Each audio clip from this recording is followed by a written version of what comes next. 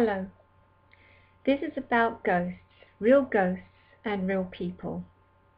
This event took place on a warm summer's evening back in 1977 on the island of Guernsey, situated in the Channel Islands. This piece is an excerpt from my forthcoming autobiography called Bach's the Name, Survival's My Game, which I've written under my maiden name, Rosemary Bach. My life story is full of contrasts and contradictions. It encompasses ghosts, as you're about to discover, World War II resistance, a young and beautiful princess, my father's godmother, and a celebrated, famous and wealthy comedic playwright, my grandfather. As a family, we experienced emotional disturbances, tragic accidents, and poverty. My father grew up surrounded by aristocrats. One of his closest friends was Claus Schenk Von Stauffenberg, the man who tried but failed in blowing up Hitler, as depicted by Tom Cruise in the hit film Valkyrie. Yet, there was a time in our lives when we were so poor we had to cover the splintered floorboards in our tiny rented flat with sheets of newspaper, as we couldn't afford any other type of covering, be it a rug or a piece of carpet. But let's talk ghosts. At the time, my mother was living in a beautiful suite in the Royal Hotel on Guernsey. It was a fine example of Victorian splendor. Sitting there on the seafront, it would be the first thing you would see from the cross-channel ferry. I was 17, had recently left school, and had a school friend visiting me. Her name was Chrissy, and she had the ability to see ghosts and spirits. I believe to this day this incident occurred because of her extraordinary abilities. I've personally experienced various supernatural incidents throughout my life, but I've never actually seen a ghost, and that's absolutely fine, as I don't particularly want to. At the time of this particular incident, we were completely alone in the suite. Well, almost. Chrissy and I were getting ready to go to dinner in the beautiful dining room downstairs. It was a large room full of starched white linen tablecloths, gleaming silver, and crystal chandeliers hanging from its beautiful high ceilings. A mirror ran along the whole length of one wall, giving the impression of an even larger and luxurious room. The hotel wasn't as ostentatious, at least not back in the late 70s during the period when Mum lived there. It gave off an ambience of nicely comfortable, with hints of an old genteel lady clinging to a bygone era. It was a friendly place. It wasn't snobbish or affected. I found both the hotel and the island exciting and attractive, although that wasn't to last. I was in the bathroom. It was compact but bright, due to its large window, which let in a lot of light and sunshine. I'd showered, dressed, had applied my mask or full makeup, and was now battling with my bleached and recently shorn hair. Chrissy was in the lounge, putting the last-minute touches to her outfit or makeup, when suddenly I became aware of a change in the atmosphere. It was exactly the same experience, at least momentarily, which had led me to the discovery of Dad's body. A feeling that something life-changing had happened, or was about to happen. And it was just like the time when I had this strong compulsion to turn round only to encounter a shark bearing down on me. And it didn't thrill me with joy. It unnerved me, and it was scary. That was the main difference. I was acutely aware of being scared, which hadn't been the case at the time of my father's passing, at least until I actually found his body, and then the terror set in. But this was scary. Scary because I'd suddenly turned into Mystic Meg, but mostly because I was absolutely convinced, something was happening over which I had no control. And I knew from the depths of my soul it was something bad. My first thoughts went to my friend in the lounge. I called out to Chrissy, but received no answer. That alone alarmed me. I took a deep breath, turned away from the mirror, took a couple of steps, peered round the doorway of the bathroom towards the lounge, but the French doors were half closed, obstructing my view.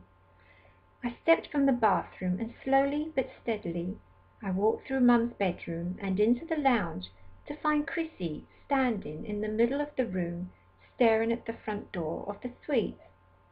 An atmosphere was certainly present in the room, that much was certain. I couldn't see it, I couldn't touch it, I couldn't smell it, and I couldn't hear it. I had no idea what it was, but something or someone was there, close by. I think I might have very quietly said something along the lines of, "What is it?" and in response, almost as if in a daze, Chrissy slowly turned her head to look at me, before eventually turning back to stare at the door. I stared back at her, and without speaking, we managed to communicate with each other. We acknowledged we were in the middle of something supernatural, and it was something that couldn't be explained. Once again, Chrissy's eyes were fixated upon the door, as were mine. I stood perfectly still, too scared to do much else, but not only that, I felt like we were caught up in this thing. It had us in its grip. Chrissy continued to stand in front of me, a few feet away, absolutely motionless, as together we satisfied this strong compulsion to watch the front door to the suite. For a few seconds, nothing happened, when very slowly the door began to open. No noise, no other movement in the room, nothing else was happening apart from this door slowly opening. We continued to stare at the door as it opened further and further. The atmosphere in the room turned oppressive, menacing, and the air became littered with slivers of sheer terror, and what was left of my hair really did start to stand on end, when suddenly a state of semi-consciousness returned, and I knew I didn't want to be a part of it any longer. Something deep down in me, or from a higher realm, fought back, and the spell broke. The door slammed shut. A quick glance at Chrissy told me she was still in her trance-like state. She hadn't even reacted, so if I wanted to look on the other side of that door, I knew I had to do it alone. I walked over to the door, my free hand, not the one grasping my hairbrush like my life depended on it, reached towards the old brass door handle. I hesitated. I wasn't sure if I did want to see what was on the other side after all. Visions of blood and maggots oozing from some old sea captain's face like Stephen King's idea of Captain Birdseye was not immediately appealing, but then, spurred on by the fact Chrissy was there with me, at least in body, curiosity won, and I yanked the door wide open. Nothing. No one was there, at least no one I could see. The entrance hall was completely empty, and it was impossible for someone to have made their escape in such a short space of time, besides which there was nowhere for them to hide. I checked the two exits, but the doors, one upstairs and one which led outside into the hotel's courtyard and car park and was only 10 feet from the suite, hadn't been touched. And I know this for a fact because once opened, those doors, which were on a type of heavy spring mechanism, took ages to close.